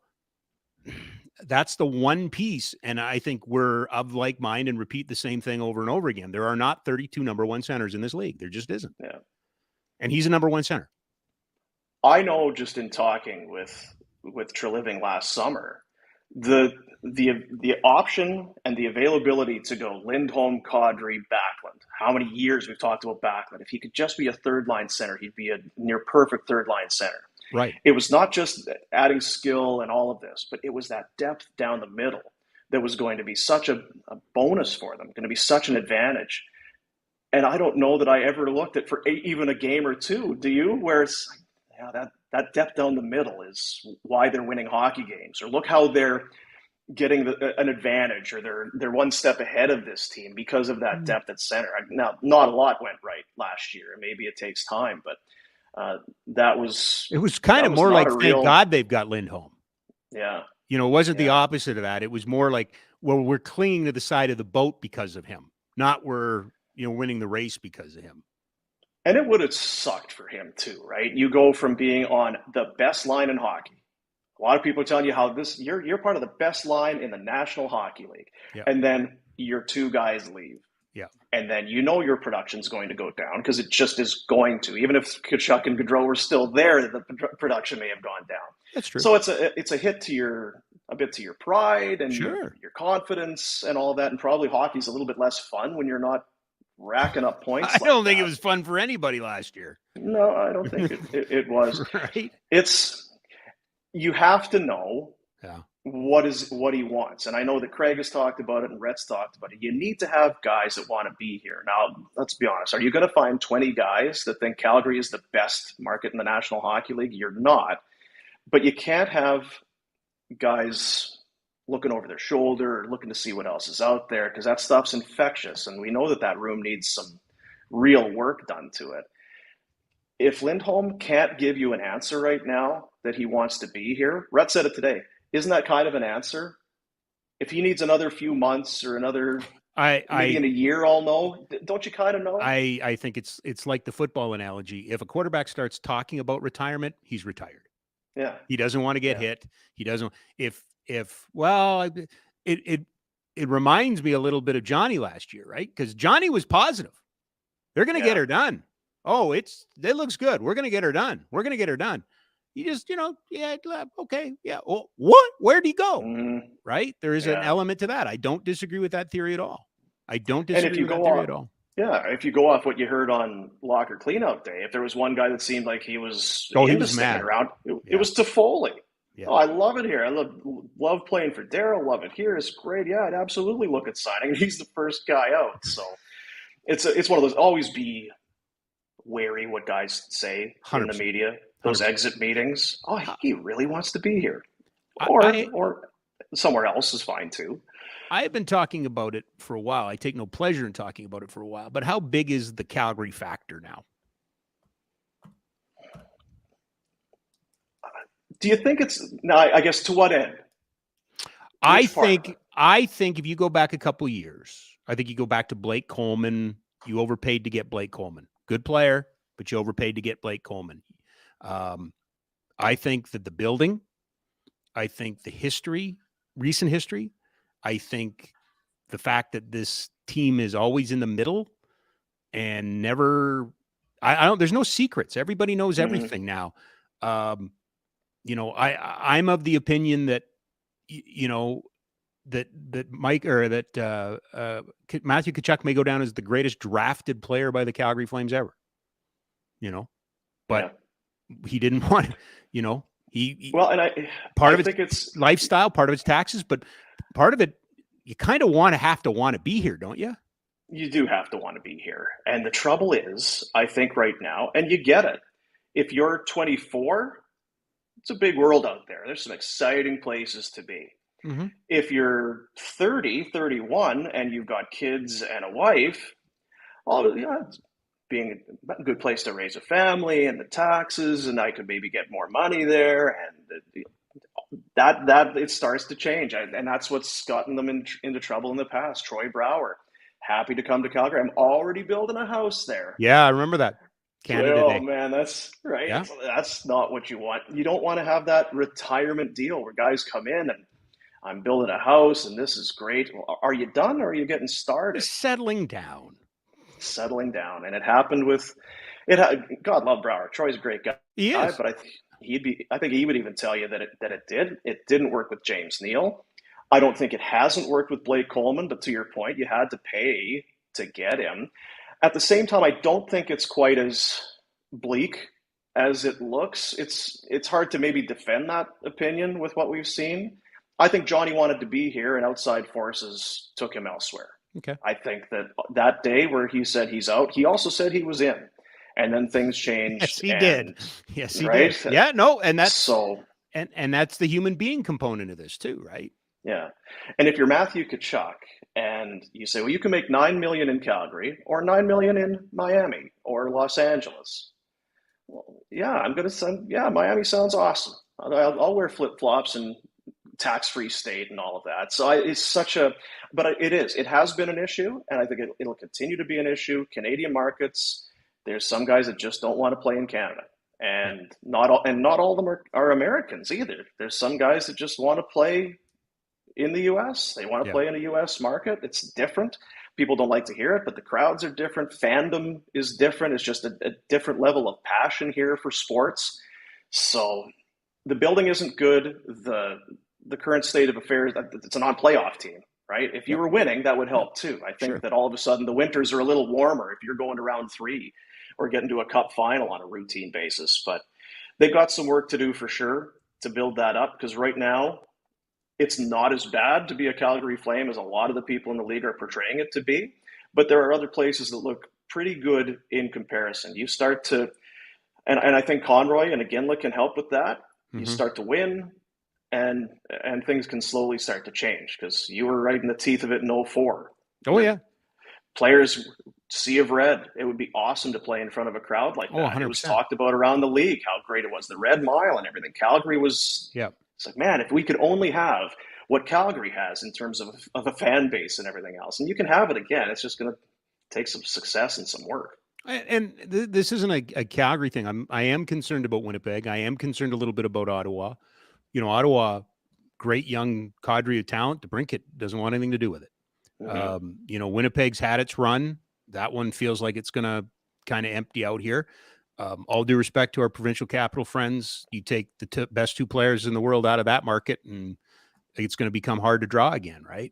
Yeah, it is tough in Winnipeg, and then you start to go to some of those other markets. Ryan and Red had an argument the other day, and Red's point was, when's the passion going to be back in the game? Kids just be thankful to be in the league. It's an honor to do it, because right now there's too many young players who, if they don't like their situation or they don't like their coach, they're just going to go. Right.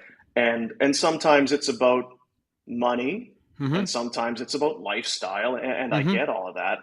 But you go back, Jeff Carter didn't want to be in Columbus. He was remember that? You remember those? That was it? 4 hours, 8 hours in Los Angeles of the draft, right? Yeah, that was a crazy stretch. And then what did he do? He kind of, I don't want to play here. Okay, well, you go to LA and win 2 cups. That's the other part. It's working out for a lot of these guys, that at the end of the day, they aren't worse off for requesting a trade and wanting to move on. No. And I would think life's pretty good for Dubois today. I'm out of Winnipeg. I didn't want to be here. Montreal's good. Los Angeles. Yeah, I'll be a King. Team looks good. It's unbelievable living down here. It's a struggle for sure, and it won't change for Winnipeg. It's just, that's Winnipeg. It's the market. It's the winters and all of that. And I think sometimes people just aren't honest with themselves. I'd love to play for this team. Yeah. Get on airplanes and go and see these other rinks and these other teams and these other towns and the lifestyle. Play in the Eastern Conference where your travel is so different. Go to a state where you make an extra $200,000, $300,000, $500,000, maybe $1 million. Rhett talks about it all the time when Brian Campbell got traded from whatever it was, Chicago to Florida. He's making an extra $1 million a year just in tax savings. That's real life stuff that you can't. If you're a GM, you can only paint so rosy a picture when that's the case, and I don't think that's going to change. It sucks. It does. You'd like it to be. You've got a cap for a reason. It's supposed to make everybody competitive, but it's nice. There's nice weather and nice cities out there. You got me thinking about something when Rhett says that passion, right? Because this is not me, opining for the pre-internet days, but there was something kind of glorious about growing up in the late 70s or the early 80s, where you didn't get it all. You got a game a week. Mhm. You had the Hockey News and the Hockey Digest, and there were teams you never saw in a whole calendar year. Just didn't see them, right? You just didn't have that access, and it was magical. Rick Westhead put this out yesterday, the Canadian Youth Sports Report. I don't know if you saw it, Boom, but No. 4 million Canadian youth participate in one or more organized sports and activities, representing a participation rate of about 67%. Soccer is the most popular youth sport, with 16% of Canadian youth between 3 and 17% participating in it. Then it's swimming, then it's hockey, then it's basketball. And this is where it gets interesting. 50% of Canadian youth follow at least one pro sports league. So 50%, 57% of our youth, half, care about sport at the professional level. 27 follow the NHL, 16% follow the NBA, 12% follow the NFL. New Canadians, 27% of new Canadians follow the youth, follow the NHL, while only 8% follow the NHL. Yeah. Future fan development, man. Like, these leagues have got to start getting these kids invested. Like, do your sons care about I'll do it differently. Do your sons care at all about the CFL the way you cared about the CFL at their age? They wouldn't be able to tell you what teams are in the CFL. Like they wouldn't be, if you were to say which CFL teams are they would run out of time. They would not be able to name them to you. The NBA is interesting. Is that spinoff from a Raptors championship not that long ago? Yeah, probably. And actually, some people down east will tell you Vince Carter, because Sure. I thought it was Steve Nash, but it was Vince Mhm. Carter, and it's led to this. I mean, there's a Surge game tonight, and our Canadian players are almost all from Ontario, right? Most of the Canadian players in the CBL are almost all from Ontario. Yeah. Right. I always, when it comes to enrollment in sport, and you see the hockey numbers going down. Yeah. Some of that obviously is tied to kids' interest, but it's also the cost. 100%. If you were to just give kids their druthers and say pick a sport, I think there'd be a lot of kids that would want to play hockey. But man, it's rough. I'm not telling anybody that it's stuff they don't know. If you got kids, you know how crazy it is, and it's not going the other way. Whereas you can jump in the pool or go run on the soccer pitch. It makes things a little bit easier. But having said that, it's not like the CPL has been an overnight smash success. It's been good. It's been the best domestic league I've ever seen. But, based on, as long as I've been alive, soccer's been the highest participation sport in this country. It's just never really transferred into the pro leagues, right? So when I hear Rhett talk about passion, there's something there. And I brought up the examples. Mike Pekka missed an entire year. Alexa Yashin sat out for a long period of time. I forgot about Pekka. Guys have been asking for trades. His point is a lot of time it was due to money, whereas the Flames couldn't pay Joe Nieuwendyk or couldn't pay or we're going to Gilmore, Doug Gilmore or whatever it is. Yeah. Whereas now I think dollar for dollar, I don't think there's a lot of teams that are saying that we can't afford him. I think you find a way to afford guys now, but you got to win. You got to win. You have to win. And Rhett said it again today. You go back since they won a cup in '89. There has not been a lot of playoff games played here. We had an interview with Matt Stajan a couple weeks ago. It's like, God, he barely played any playoff games. Mm-hmm. We talk about Giordano. He hardly played any playoff games. Yeah. And some of these Tampa guys have played 60, 78. They've played a season's worth of playoff games. It's true. And then, then you watch it. Yeah, you watch a team like Vegas. 6 years, they've been 5 years and been to the Cup final twice. So it can be done, and there's different ways of skinning the cat.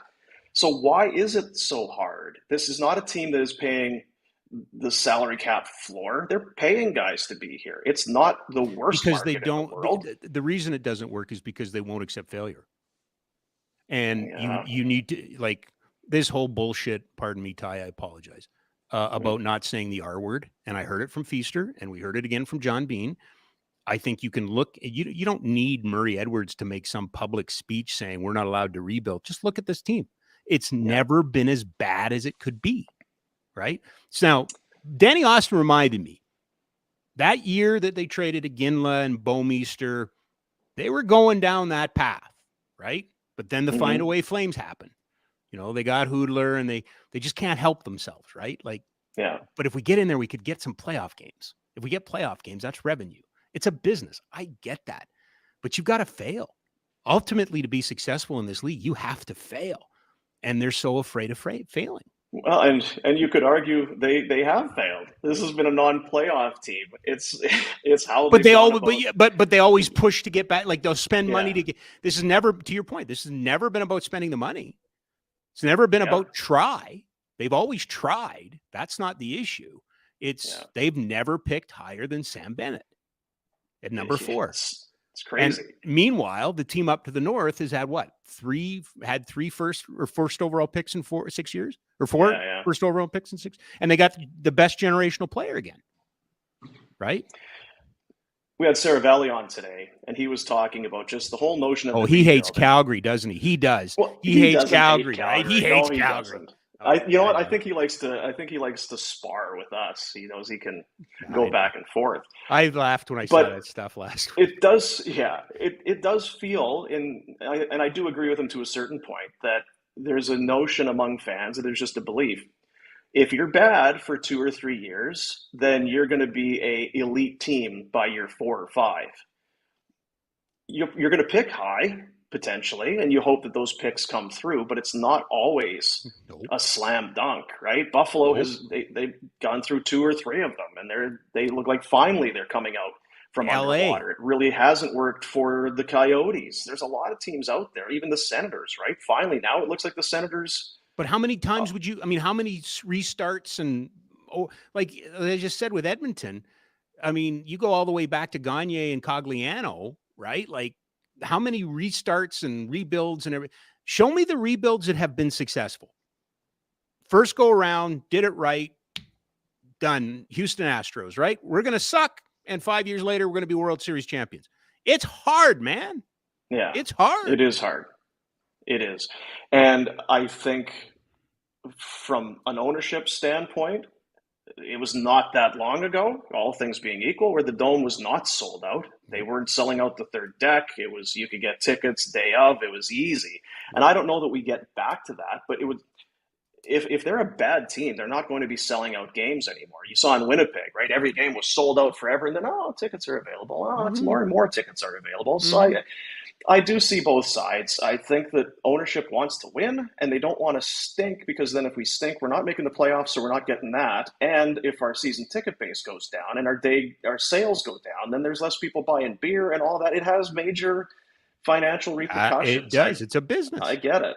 Yeah, so to spend, as you say, spend other people's money, or to lose other people's money, it's a dangerous game.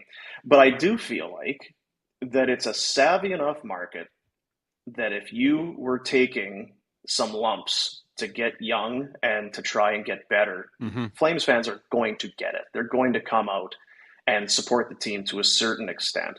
And I just remember we've gone through a couple waves where the team, it was an old team. I just always remember the Owen Nolan and Ole Jokinen and Bertuzzi was here. And then just kind of real quickly, Gaudreau was in, and Bennett was in, and Monahan was in, and it was such a breath of fresh air. Now, they didn't win a cup, but the style of game and the excitement at the rink and all of that just jumped up tenfold, even though the results were kind of the same. Maybe you were making the playoffs and losing in round 1, or maybe you weren't making the playoffs, but the product was so much more exciting.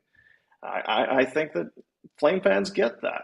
And I think they would be there for this team. I'll take Bedard out of the question. I think if this team were able to draft Fantilli at number 2, people would be over the moon. They'd buy tickets to go watch that caliber of young player. You know what I'm saying? Yeah. You know, of course you want Bedard, of course, and that would be a no-brainer.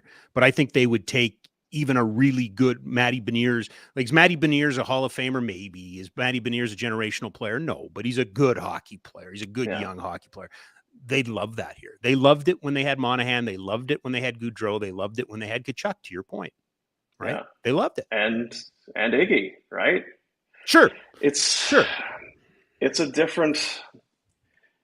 when the on ice product is going from Gaudreau to no Gaudreau, when you just don't have that guy that can kind of get you lead and let alone come out of your seat, kind of lean you forward, and you kind of feel the buzz in the rink as he's got the puck coming through the neutral zone. When you don't have that, and it's kind of dump it in or try and get through, and you're getting stood up at the line and then dump it back in, and that it becomes a very less entertaining product. And I think that Conroy's talked about that. We need to get more skill. We got to let young guys create. We got to let them make mistakes and not feel like they're going to be banished to the press box or sent to the American League. Let them be creative. There's so much creativity and skill in the game right now, which is why I think people are get some of that here. Let's go. Get some of these young, flashy kids. We don't care. Go through your legs. Do a Michigan. Don't care. Give it a shot. Why not? Let's see what we can do, because it's been bogged down here. This was a tough year of Flames hockey on a lot of nights to watch. It was. I'll let you go, but before you go, tell us the game plan here. So the draft is in a couple hours. As soon as it's over, you guys hit the air, stay on until the last caller. So what, 3, 4 o'clock in the morning, back up at 8 tomorrow for round 2. What? No. Tentative. We'll see how things go. Okay. We'll see how things go. No, where we're staying, it's right close to the rink. So we'll go over for round 1, as you know, generally, whether they do something or not. The general manager comes to the wall and talks to the media. So we'll be there for that and see what there is. It does not feel right now like there's going to be much in the way of a trade. It feels like 1 pick for the Flames in round 1, and that'll be it. And then you get into day number 2. There's some, just talking to Frank and talking to some other people, the Mishkov kid has some people very excited. There's a lot of people who were saying here. Yeah, I was. You see the picture today? Maybe. Yeah. Hey, look who he's with. Yeah, look what the kid said. He's with the legend. I know. Hey. Which one's which? Yeah. Which is which? Exactly.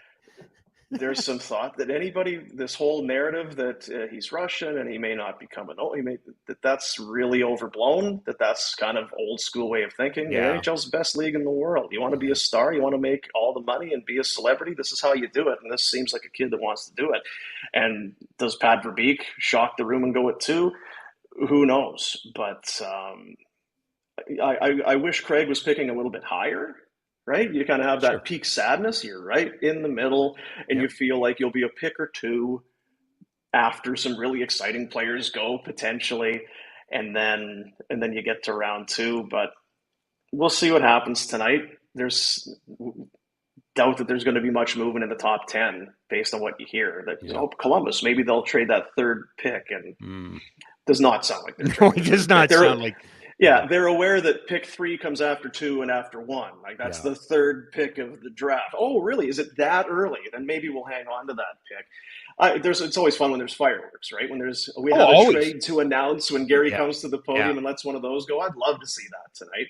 And then whether they're rebuilding or not, there's going to be a very good, I think, young player. Everyone talks about how great this draft class is. Let's see who the newest member of the Flames is going to be. What's forward, D. The one thing I think is fair, best player available, right? This is not drafting out a position of need. Best player available. Yeah, they could use some D help, but I think it's best player available. And for Craig, it's kind of cool. First time on the podium as a GM, making his first ever pick. It's got to be special for him. Yeah, I hope he doesn't get jittery. Or just start talking. Man, I remember when my name got called. Oh man, it was awesome. I met Garth Brooks one time down at Tootsie's, and oh gosh, Garth's such a great guy. Remember, I just friends in low places just love that song. My wife and I, we played the dance at our wedding. Oh. I know. He's the best. What are you going to do for the? Are you having a party? No, we've got a Surge game. Surge are hosting Scarborough, so somebody's got to turn the lights on. I'll text you and let you know who they take. If you don't mind, that would be great. And and let me know when you start your after show and when it ends. Right. I'd like to know. Yeah. And get on early tomorrow. That's the key. Based on how the responses have been going, I'm okay not taking calls. It's okay. We'll just let responses Craig and the boys. To what? Oh, just Sharon, who is this guy? Oh He yeah, shared yeah, for yeah. the third line. I saw that too. Yeah, yeah. No. It is what it is, and this Yeah. is the draft for it too, because it's so thick that whoever they pick, there's going to be some watchers that go, "You could have taken Yeah. him," right? Yeah. I can't It's believe. Could you not have moved up? Oh, yeah. don't move down. Oh, Treliving good would Lord, always no, do no, no, that. no, no. You He'd might move get down and get an extra pick. Don't move 9 down. extra picks, but why did you move down? You could have had Don't move him, down. Yeah. right? Use that pick. That would be the best thing for all of us, I think. Yeah. Appreciate you doing this, pal. I hope you're finding something to do in Nashville between the hockey stuff. Yeah, it's there's a lot of people. I said this to Pinder. The thing I've noticed, Rob, is a lot of the media people that cover the league now, they've gotten younger. Have they? And I've stayed the same age. Georgie It's Richards, a lot of young Georgie writers Richards and there? reporters, and it's Is Georgie it's a Richards young there? man's game. Is Georgie Richards there? I have not seen. I saw Ports Line Oh, okay. just when I think I was getting the Uber to go over to the studio there. So I saw Ports Line. I heard there was a Mike Zeisberger appearance. Wow. Shanahan was at Tootsie's there last night. But no, in terms of the media, it's a lot of young up Whippersnappers. and comers. Hey, they're vibrant. Yeah, they are. They're trying to make their name. Yeah, Trying to make they've a name got for staying themselves. power. Yeah, Yeah. Some of them have been here since Sunday night, Monday night, Tuesday night. Those were the days. Can't do it. Yay. Can't do it. Come on, Boom. Let's go. I'm good. I'll catch you. Yeah, I'll meet you there. I'll meet you take my own there. car. Yeah, I'll meet you there. Yeah, I'll meet you there, guys. I appreciate you doing this. We will be watching with great interest. Thanks for popping on, pal. Sounds good, pal. Take it All easy. right, buddy. You bet. Hey, yo, Boomer from the Barn Burner, live from Nashville. Of course, brought to you by Ski Sellers Snowboard. SkiSellersSnowboard.com. 76 years in Calgary. The stores are closed for the summer. They will reopen in the fall, all 4 of them, and they will be ready to roll for a great ski snowboarding season coming up, starting, well, in autumn. Jack, before I go to the final mile, we were on for another 45 minutes. Any trades? Nothing new. No. Nothing new. That pick in the Rice Smith trade is not till next year, 2024. Oh, it's a 2024 pick from Pittsburgh. Yeah. They probably didn't have a pick to send this year, but they get Riley Smith. That's a lone trade of the day. Get to the final mile. And I'll do this. Sad news today for Calgarians. Gentleman who I think all of us have the utmost respect for, Dan Carson, passing away. Dan, the longtime voice of the Calgary Stampeders at McMahon Stadium, was also Country 105 and 660 News. Just a prince of a guy. Please do not want to interpret this as we were close friends or anything. I knew Dan in passing. I knew who he was. He was always very nice to me and respectful to me, but just that calming, soothing voice when you stepped in McMahon Stadium and you heard it. You knew you were at a Stamps game. You knew that Dan was your friend and he was there to be there for you. And as well, on one of the most, powerful morning show combinations for a long time. And, just again, so by the outpouring of support, just so respected in our community. And, we have to say goodbye, and I think we had to say goodbye a little early in this case. So I just want to recognize Dan and his family, and all of his friends and his Stampeder friends and everybody. He's an institution in this city and deserves the respect that goes along with that. We'll leave it there today. Thanks to everybody for joining us. Thanks to Ryan Pike, managing editor at Flames Nation. Make sure you're plugged into whatever is being written there. It'll be all over on the Flames, and then Barn Burner guys are down there. We're back on Friday. Eric DeHatchuk will be with us. No show on Monday because of the long weekend. Peter Marr joins us next Wednesday. So lots of hockey still to be determined. Lots of deals still be determined. Free agency, all kinds of things. Enjoy the draft tonight. Don't forget the Calgary Surge are in action. If perhaps you're one of those people that can, do 2 things at once. Surge at home tonight to Scarborough, and you can bring your phone and you can keep track of what's going on at the draft. Looking forward to that game as well. Thanks to our outstanding producer, Jack. Thanks to you. We will see you soon, as Friday, actually. Maybe sooner. You never know. Have a great evening, everybody.